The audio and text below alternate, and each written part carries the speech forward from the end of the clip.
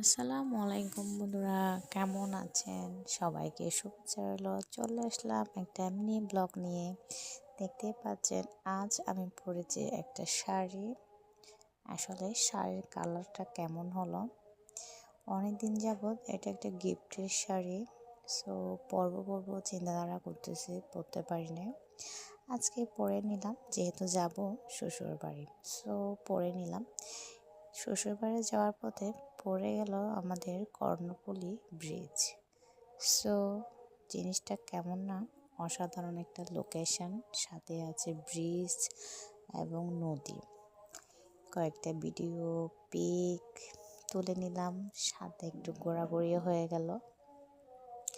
মজার ব্যাপার হলো প্রচুর রোদ, কেউ নাই, একদম কোলাহল নির্জুম একটা এরিয়া। সন্ধ্যার দিকে কিন্তু প্রচুর মানুষ থাকে, এই টাইমে কিন্তু একদম মানুষ নেই বললে চলে।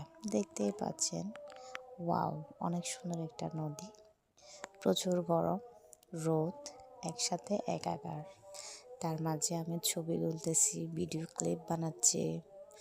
কেমন না বিষয়টা? আসলে জায়গাটা এমনই, আপনি ভিডিও না বানিয়ে পারবেন না। সো আমার রাফি বাবু তো মহা খুশি। বাসায় যখন ছিলাম প্রচুর ঠান্ডা, আর বাইরে যখন আসলাম প্রচুর গরম। এর ভিতর রাফি আবার সোয়েটার পরা, কি একটা অবস্থা। যাই হোক, সব মিলিয়ে মোটামুটি ভালোই লাগলো। সো কেমন হলো জানাবেন। Thank you.